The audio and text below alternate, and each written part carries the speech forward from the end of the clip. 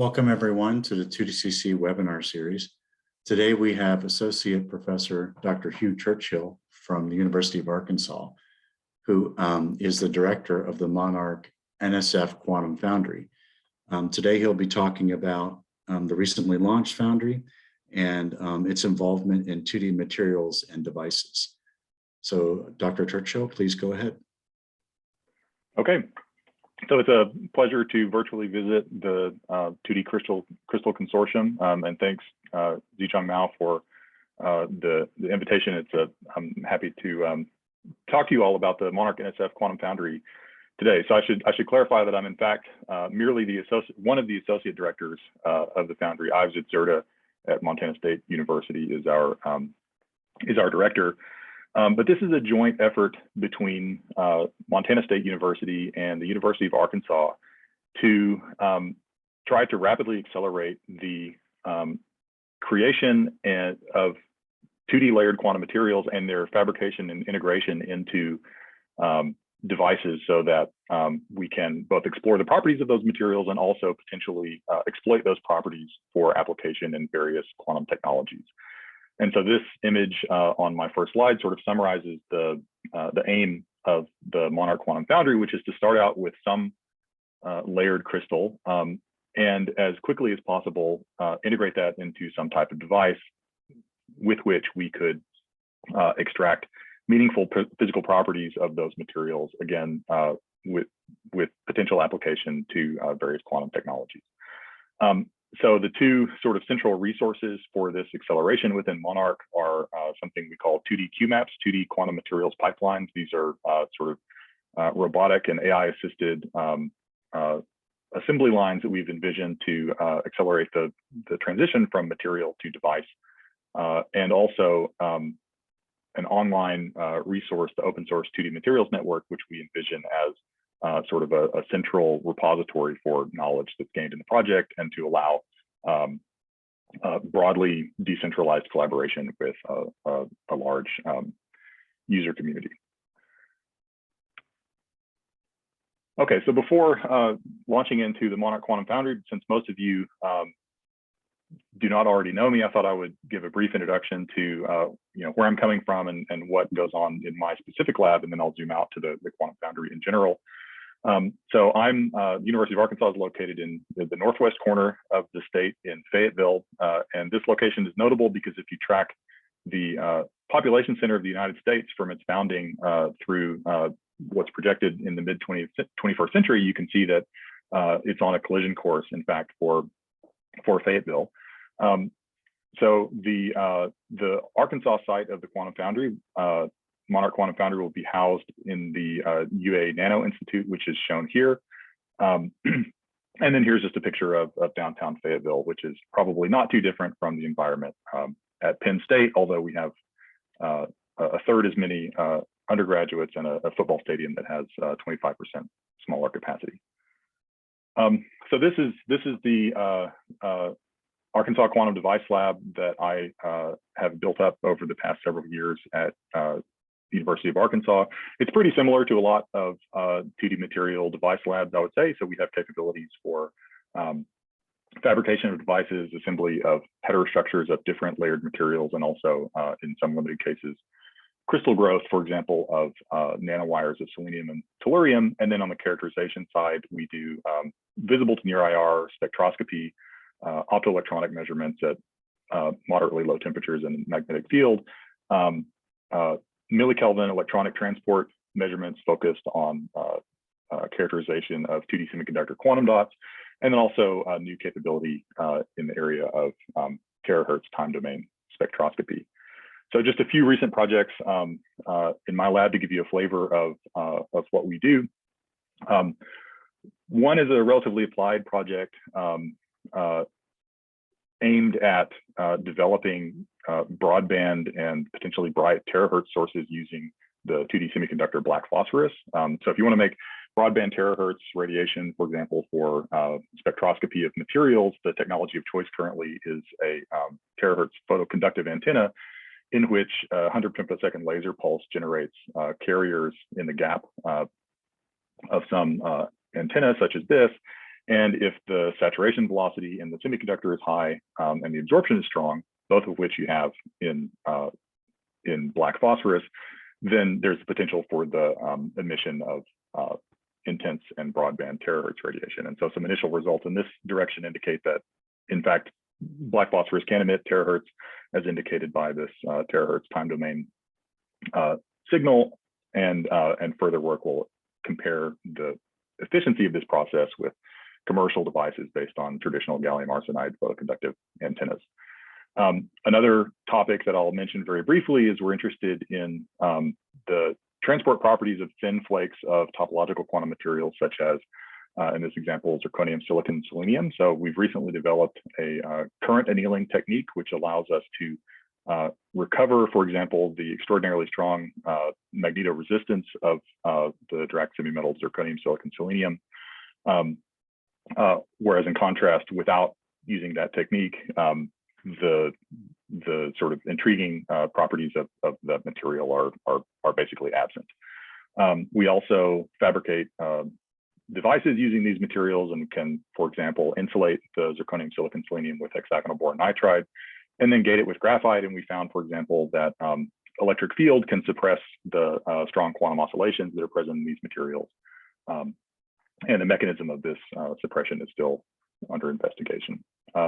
Another topic that I'll briefly mention that figures prominently into our future efforts for the MonArk Quantum Foundry is to make gate-defined quantum dots with monolayer and bilayer tungsten diselenide. So the idea is that the carriers in these materials clearly are confined vertically by the atomically thin nature of the material. And then if we furthermore confine the carriers laterally with electrostatic gates, we can define quantum dots and observe quantized charging events in these devices, and also for the first time excited states associated with the quantized energy level spectrum of, in this case, holes in tungsten diselenide. And then a final topic that I'll briefly mention is our use of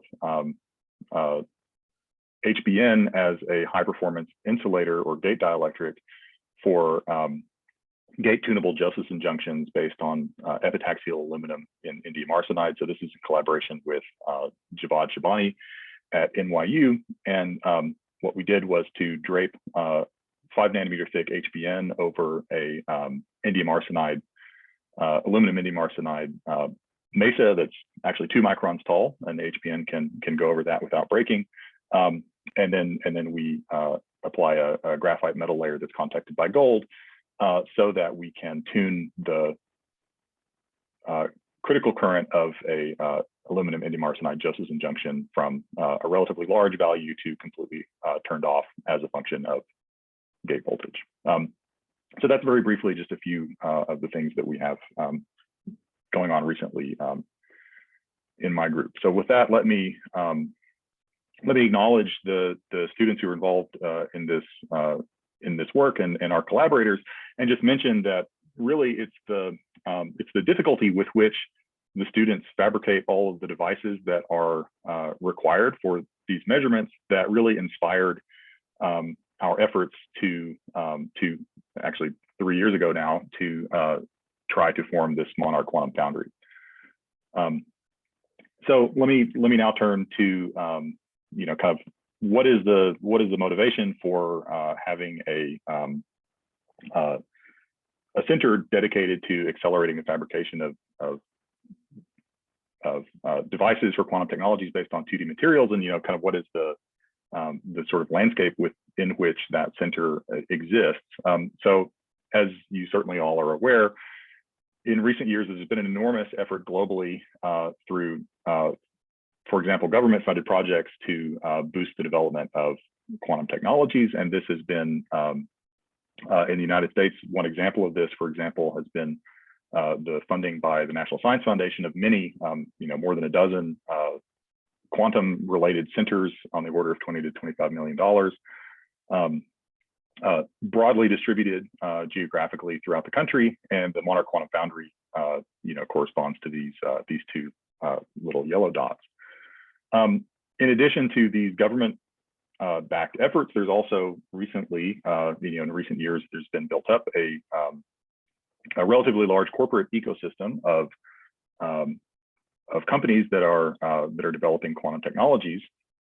And so I'd like to sort of explain my view of what is the role of academic labs in this space and what contribution could be made by, for example, developing quantum technologies based on 2D materials. And to give a sense of what may seem like the futility of that approach, if we look at one recent example announced maybe a week or two ago now by IBM, I became aware of it because Twitter thought that I might be interested in the topic of video games and reported that IBM achieved a 127 qubit processor, which is the sort of largest superconducting qubit-based processor to be made. And it's really quite amazing technology in which all of these superconducting qubits are connected to resonators for control and readout, and everything is wired up. And it's possible now to have these relatively large scale compared to what was possible just a few years ago, quantum processors. And if we look at sort of the roadmap for what they plan to do, starting in 2020, they began a naming sequence involving increasingly larger birds. So first was hummingbird with 65 qubits, and then now eagle with 127. And I think there is, realistically speaking, a pretty clear roadmap for example, getting to this biggest bird, condor, with more than 1,000 superconducting qubits. But they also point to a path to 1 million qubits and beyond. And I'd like to sort of look at the question of whether using existing technologies, this type of approach, in my opinion, seems feasible. So we could do sort of an order of magnitude estimate of using current technology, how many superconducting qubits could actually be made. So superconducting qubits live in a pretty extreme environment of 10 to 20 millikelvin at the bottom of a dilution refrigerator. Now, helium-3 is produced at a rate of about 20 kilograms per year, and 85% of that is allocated for defense applications. And the US stockpile has been depleted recently and now is at a sort of negligible level of 3 kilograms. And if you want to make a 100 qubit device, which is about the limit of what you could pack into a standard dilution refrigerator, that needs about 2.5 grams of helium-3. And I should say that it's quite a remarkable technological fact that such a small quantity of helium-3 recycled again and again through a dilution refrigerator can cool kilogram scale objects to within a fraction of a degree of absolute zero. But if we take this sort of 2.5 grams per 100 qubits benchmark, then pretty simple math comes out to a maximum of about 120,000 qubits per year that could be made.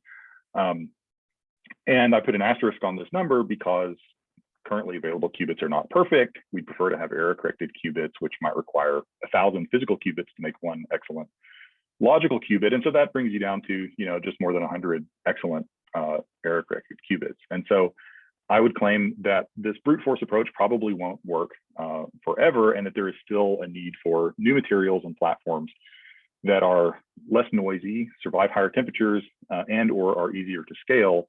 And preferably, we would have all of the above of these three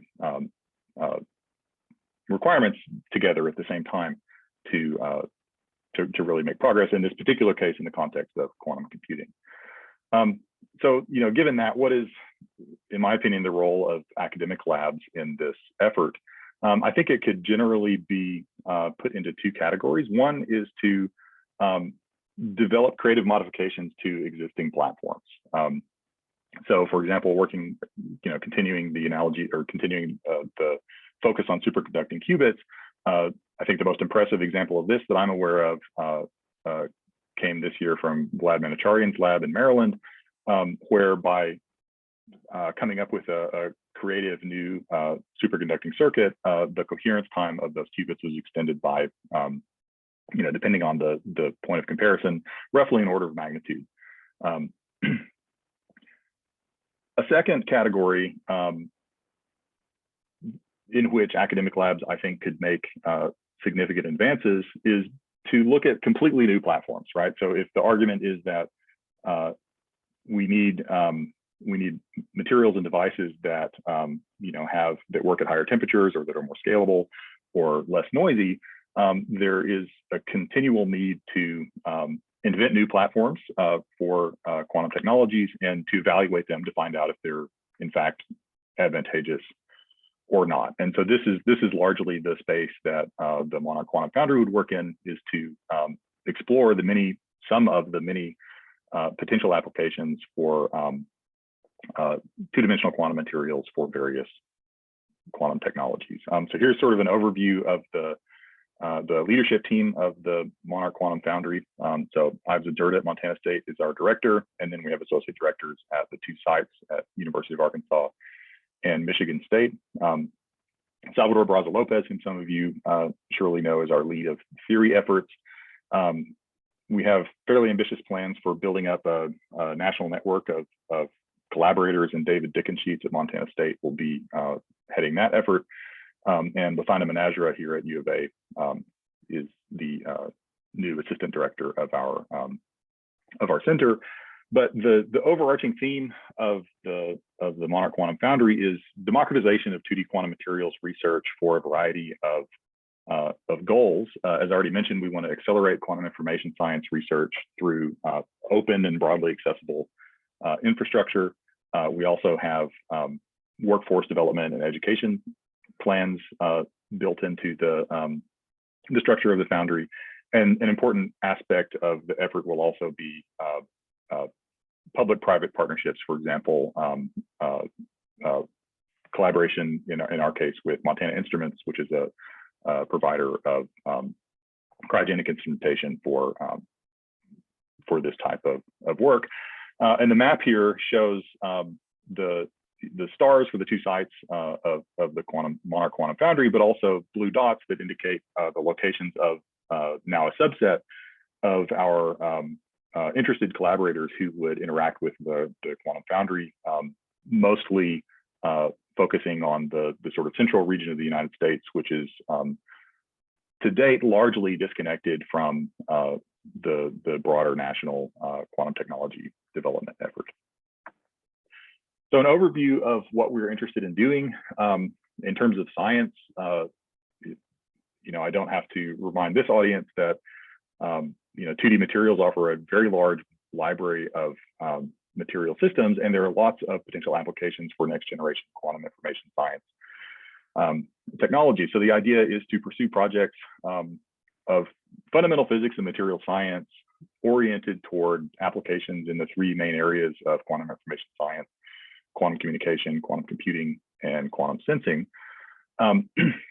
And in order to achieve this accelerated research, the infrastructure that we plan to build is to rapidly accelerate the process by which we produce these materials and make devices out of them, and also build, as I mentioned, online resources through this open source 2D materials network to collect what's learned and sort of unite this community. And a major aspect of what we're interested in doing is to take these researchers who, in many cases are, maybe the only person at their institution working in this area, and to bring them together with a larger community of people with similar interests. And by sort of joining forces, the hope is that we can have an acceleration of ideas and education through the creation of this national network. And so I think that's one aspect of the MonArk Quantum Foundry that is, perhaps significantly different from a lot of the other quantum centers that have been funded by the NSF, is that we're very much outward looking, that it's not solely an effort to boost the research priorities of my lab or the other labs working on 2D materials at Arkansas and Montana State. But in addition, and maybe more importantly, to enable research by others across the country who lack access to necessary resources to realize their ideas. So, I mentioned the leadership, but it's part of a larger team. There's about I don't know, 12 to 15 of us who are working toward this effort in a variety of fields. So it's mostly physics and material science and electrical engineering, but we also have a fairly ambitious plans in the area of computer science to use artificial intelligence and machine vision to really catalyze the acceleration of device fabrication to enable this broad collaboration that the MonArk Quantum Foundry envisions. So a few of the relatively broad-ranging research thrusts that MonArk has in mind are to develop single photon emitters and 2D quantum photonics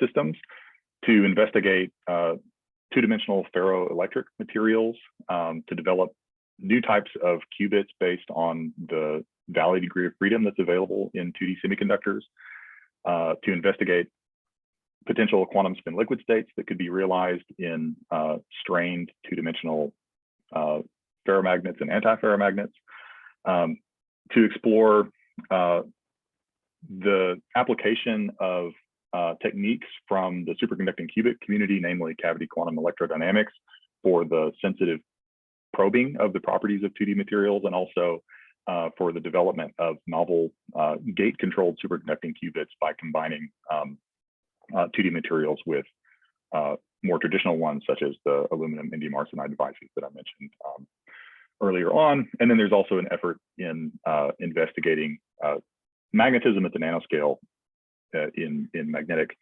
2D materials. And as I mentioned, machine learning and big data analysis figure into, in fact, all of these research priorities, with, as I said, potential impact in quantum information science in the areas of quantum communication, processing, and sensing.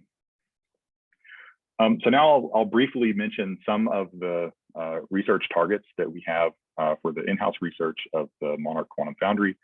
And the first one I'll mention is to develop qubits in few layer tungsten diselenide, in which the qubit is based on the Valley spin degree of freedom that exists in these 2D semiconductors. So something we've been working on in my group for the past few years is to make devices like this, in which tungsten diselenide sandwiched between layers of HBN has its carriers confined within the plane by electrostatic gates. And in this way, we can realize quantized charging of those devices and also observe excited states of the system. And the concept here is that with further understanding of the states that are present in these gate-defined quantum dots, we could define a qubit in those materials. And the motivation for doing this is that there's the potential for the marriage of two so far disparate communities within the quantum dot qubit world. One is lateral quantum dots that are defined in this way with electrostatic gates, which enjoy a long coherence time. And the other community investigates self-assembled quantum dots, in which the qubits are manipulated and read out optically, which allows for very fast gates. And so there's a possibility, because of ambipolar transport of both electrons and holes in these materials, that we could confine an electron quantum dot next to a hole quantum dot and realize, basically a single electron, single hole p-n junction, or LED, that provides an optical interface between, or optical interface to these Valley-based qubits. And this gives the possibility of having ultra high fidelity gates for these devices, because the fidelity of the gates, which is the thing that ultimately one wants to maximize, is the ratio between the coherence time of the qubit and the time it takes to execute the gate. And so if we can combine picosecond optical gates with microsecond coherence, that could be a very attractive platform for very high fidelity single qubit gates. And because it's so easy to transfer 2D materials onto other surfaces, there's a possibility of integration with on-chip 2D nano-optical technologies for potentially in the long term, large-scale integrated quantum photonic devices. But the difficulties in realizing these technologies, or these devices and technologies, is it takes a long time to make a device like this. Even after the process is all figured out, one of my students might work for weeks or a month to make a single device. And if we'd like to understand at the nanoscale level what's going on optically with these devices, there are currently no cryogenic nano-optical probes available to investigate what's going on. A second topic that's related that we hope to explore through the MonArk Quantum Foundry, and this one is primarily led by our other associate director, Nick Boris, is to take advantage of the strong light matter interactions that exist in 2D semiconductors and make photon-based systems for compact devices for quantum information science.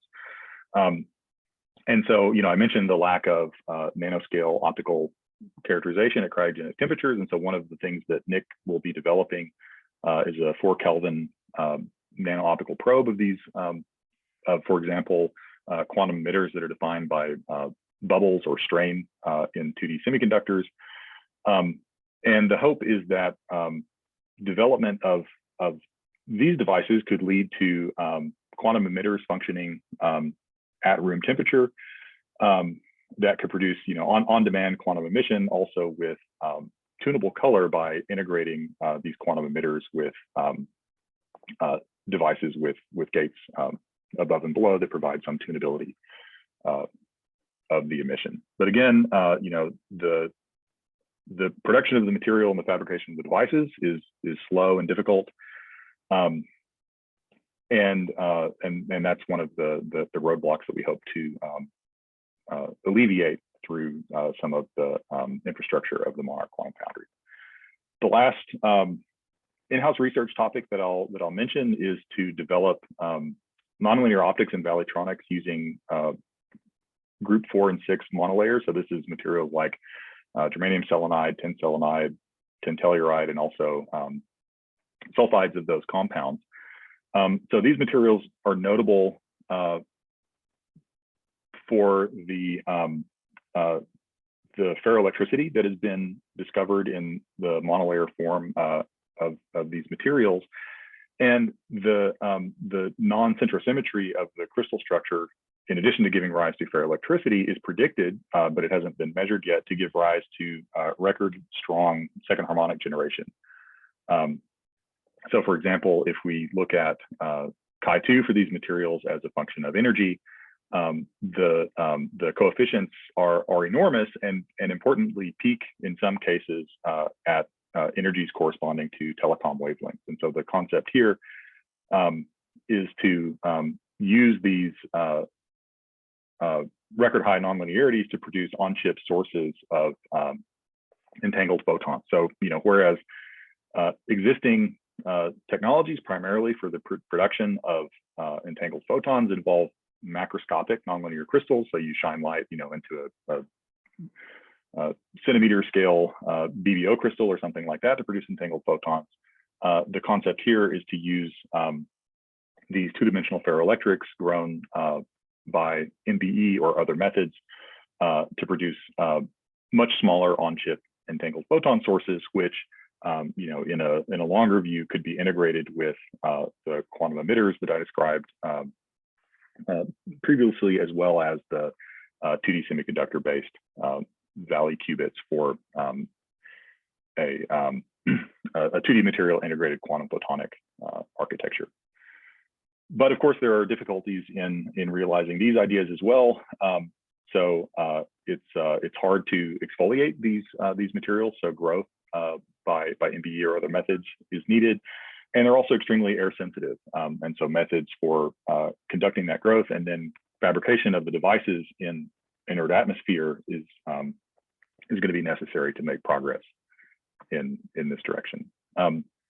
So that's a few of the in-house research projects that we have in mind. But as I said, we really are outward looking as well and plan a broadly collaborative user program in which collaborators and users from around the country and the world could interact with the Quantum Foundry, make use of the resources and infrastructure to work on projects of mutual interest.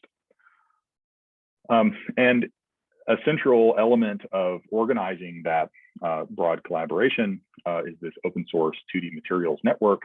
And so there are two sort of major elements to that. One is we're envisioning the production of a large number of materials and devices. And so there just needs to be some repository for samples and devices and characterization data that exists so that a potential collaborator could basically see what's available and see what's possible through collaboration with the MonArk Quantum Foundry. And then as information is developed about topics that are essential for the successful execution of a project, but that don't typically appear in publications just because the details are, there's not enough room to talk about all the details. The concept is for sort of a Wikipedia style information center where that expertise and know-how could be collected, and also be a source, for example, for white papers about various techniques and advanced capabilities that collaborators could refer to. And so overall, the vision of the open source 2D materials network is to unite expertise in growth and characterization and modeling through this open resource about data and samples and devices, which we hope will feed into accelerated research in 2D quantum materials.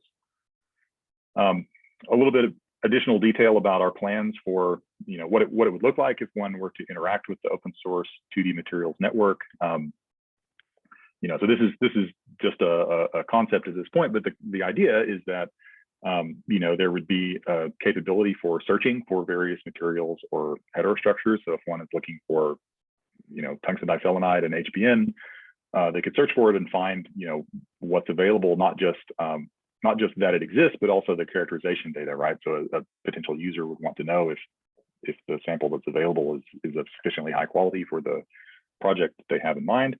And then we also have staff resources for interacting with potential users. So at each site, there's a Foundry liaison who would be able to interact with potential users to indicate what's available, how to get it, or how to come to either of the sites to take advantage of some of the infrastructure.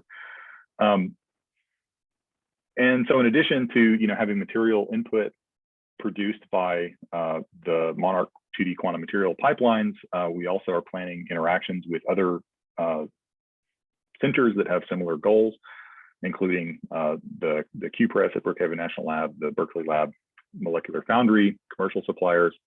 I hope also the Penn State 2D Crystal Consortium could be included on this list, as well as individual research groups who are interested in providing materials to this effort. And again, the idea is that access would be broadly available, subject to the requirements of all of the material providers.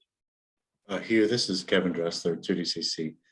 We actually created a data management system eerily similar to what you're talking about here in concept. So we would be happy to talk to you about what we created. We have over 5,000 samples and 6,000 characterizations. So wow. even if it's just dealing with cross-listing, things like that, but you can see the infrastructure that we created, and we'd love to have a meeting with you about that.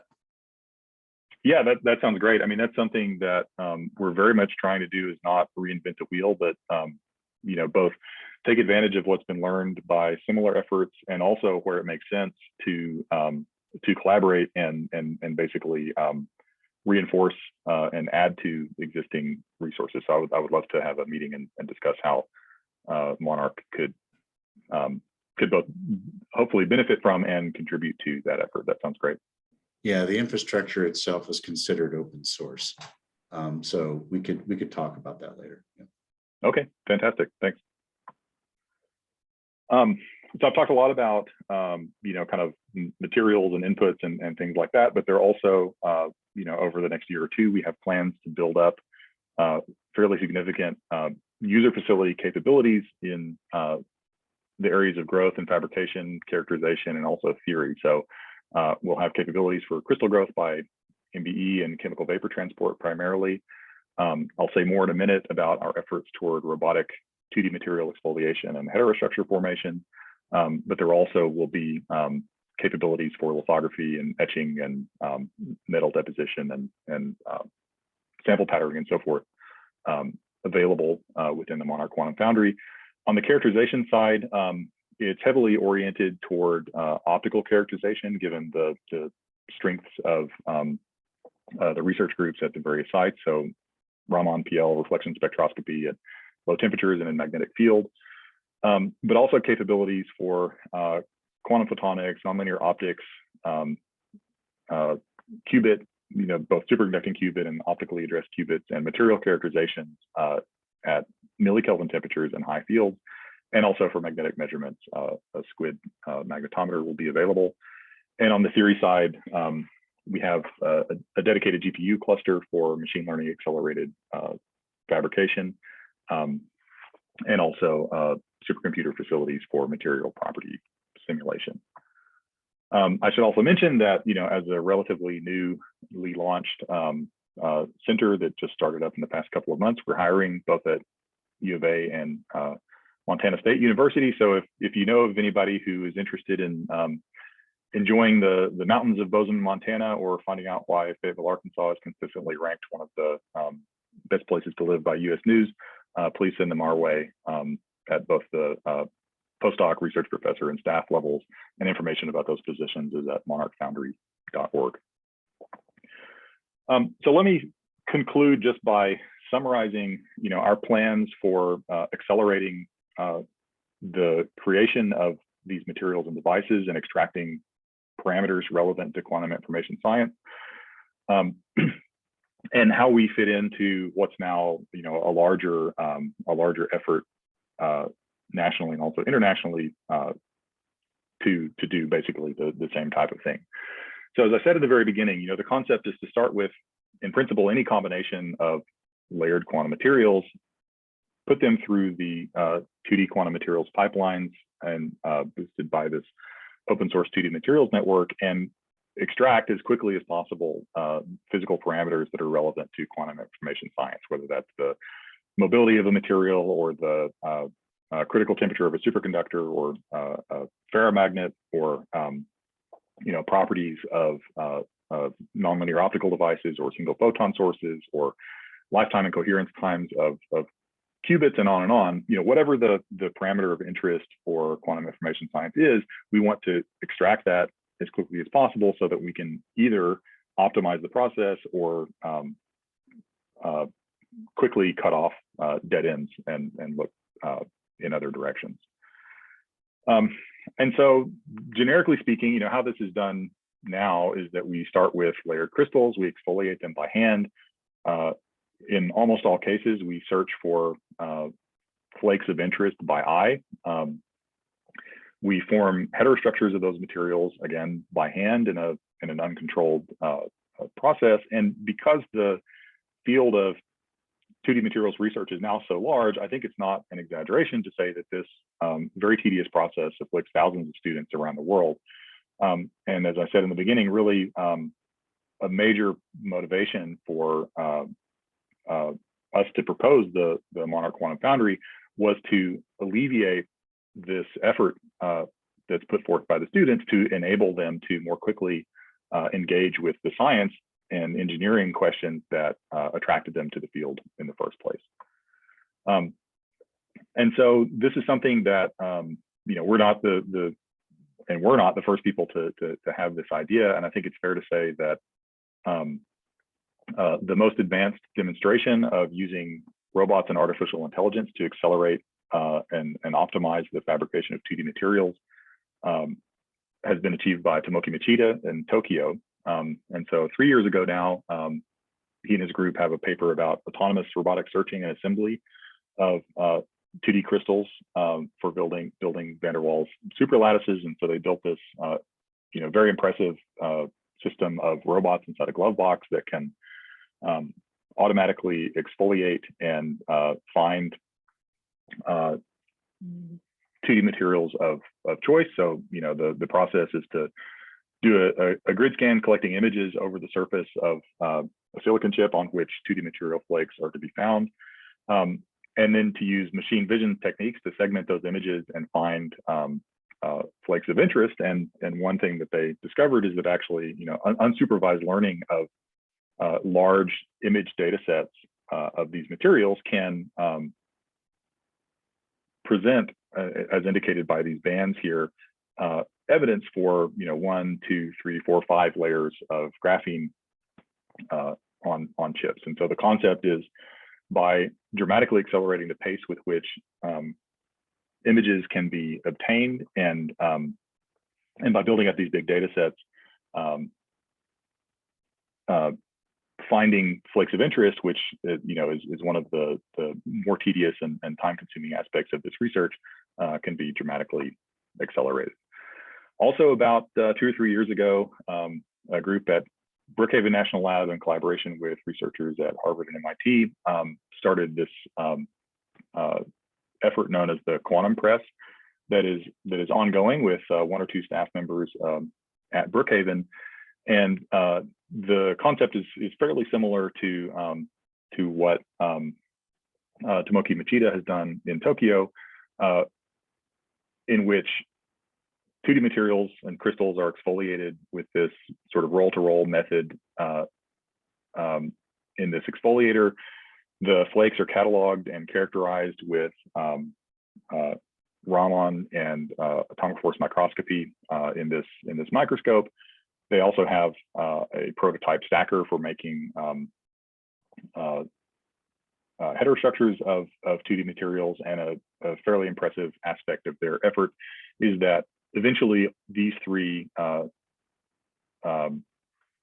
automated 2D material production capabilities will be integrated with a cluster tool that provides metallization and etching and other capabilities for the fabrication of complete devices based on 2D materials. And so, given Brookhaven's head start in this area, our plan is to collaborate with them and basically build on their progress, so that both efforts can move faster. Another aspect of this that I'll mention is, or maybe mention again, is that deep learning techniques can enable the fast optical identification and characterization of 2D materials. So again, as these libraries of images get built up and as they are analyzed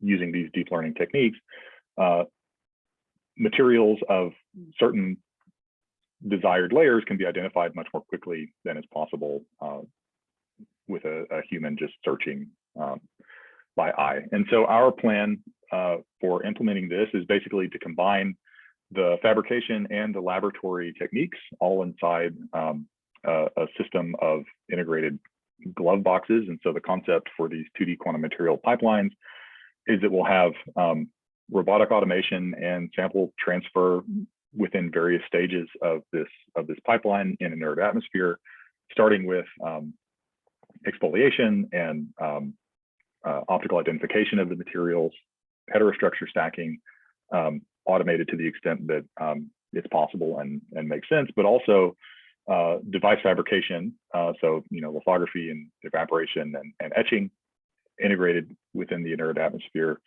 and also some elements of cryogenic quantum characterization, so that all within this pipeline, you can start with a crystal that comes in one side, either from MonArk or a user.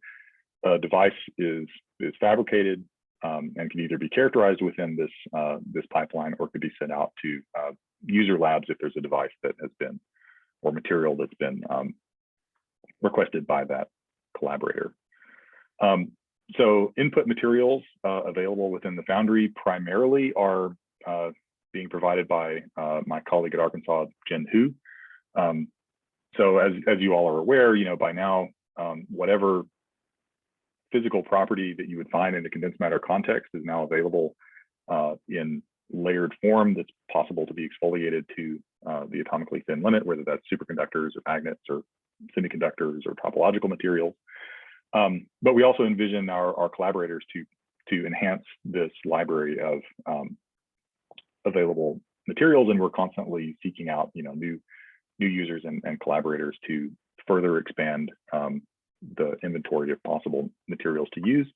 Not all 2D materials are best grown by forming bulk crystals and then exfoliating them. And so we also have plans to use the University of Arkansas MBE facility, which has 4 chambers for 3,5s, group 4 oxides and nitrides, to grow, for example, two-dimensional ferroelectrics, such as germanium selenide.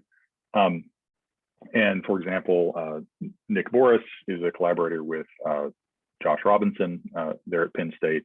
And we also hope to be able to incorporate large area, high quality CVD grown materials into the effort. One concern that will come up as we have materials that are grown in one place and the fabrication happens somewhere else is how to transfer them, for example, from the MBE chamber to the Quantum Foundry lab on a different floor of the same building. And so the concept is to use vacuum suitcases to accomplish that. And so with that, I will stop and be happy to answer any questions that you all may have. More information can be found at monarchfoundry.org. And I very much hope that we could add an additional blue circle to this map at the location of Penn State. Thank you. Thank you, Dr. Churchill. Before we get into questions, I just wanted to mention that the 2DCC also has a vacuum suitcase transfer tool. Maria Hilza in our group and also Anthony Richardella have operated that suitcase. So if you have want any advice on that, you can email them. But I'd like to open up the floor to any questions to the crowd. Please unmute.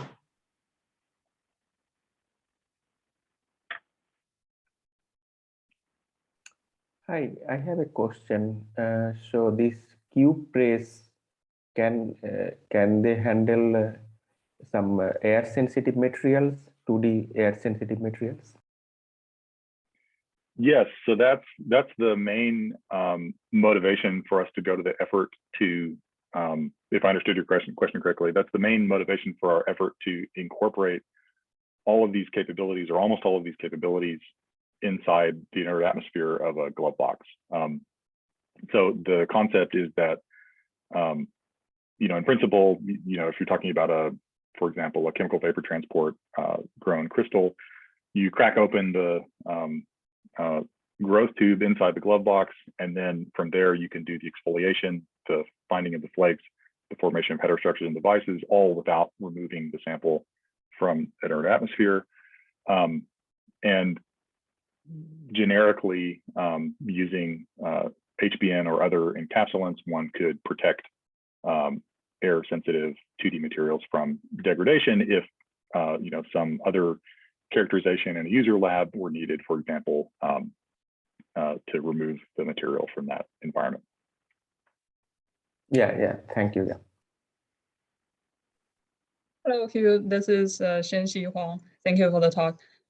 Can you please briefly introduce the process of becoming a user? And for now, are you open for in-person usage or mainly the remote mode? Thank you. Yeah, thanks for the question. So this is something that we are gradually building up as the center comes online. And so the current status is that we just received our funding a couple of months ago, and so we do not actually have this infrastructure available right now. So our hope is that if we can move relatively quickly over the next year or two, we could build up most of this capability. But I should say that on a more limited basis, we do have the capability, as we begin to hire staff and can take advantage of existing laboratory capabilities, we are starting to have discussions with potential users and collaborators for projects that we could do now. So not all of the capabilities already exist, and in many cases they don't. But if there are things that we can do now, we're happy to begin working with people as basically trial processes to figure out exactly what those interactions would look like and what the best way to structure and organize them will be. And so I would say that if there is something that seems of interest, based on materials that are available, or heterostructures of interest, or some of the characterization tools, reach out to us and we'll see if there's a way that we can already start to interact and collaborate. Regarding in-person versus remote collaboration, for now, because there's just not much infrastructure in place, I would say that it's primarily remote, but the concept going forward is that in addition to simply accepting materials for characterization or providing materials and devices to collaborators, our hope is that we would be able to host visitors and have them or their students work in the quantum foundry labs, either at Arkansas or Montana State, and work with the staff scientists at the facilities to pursue their project. Okay, sounds great. Thank you. Thank you.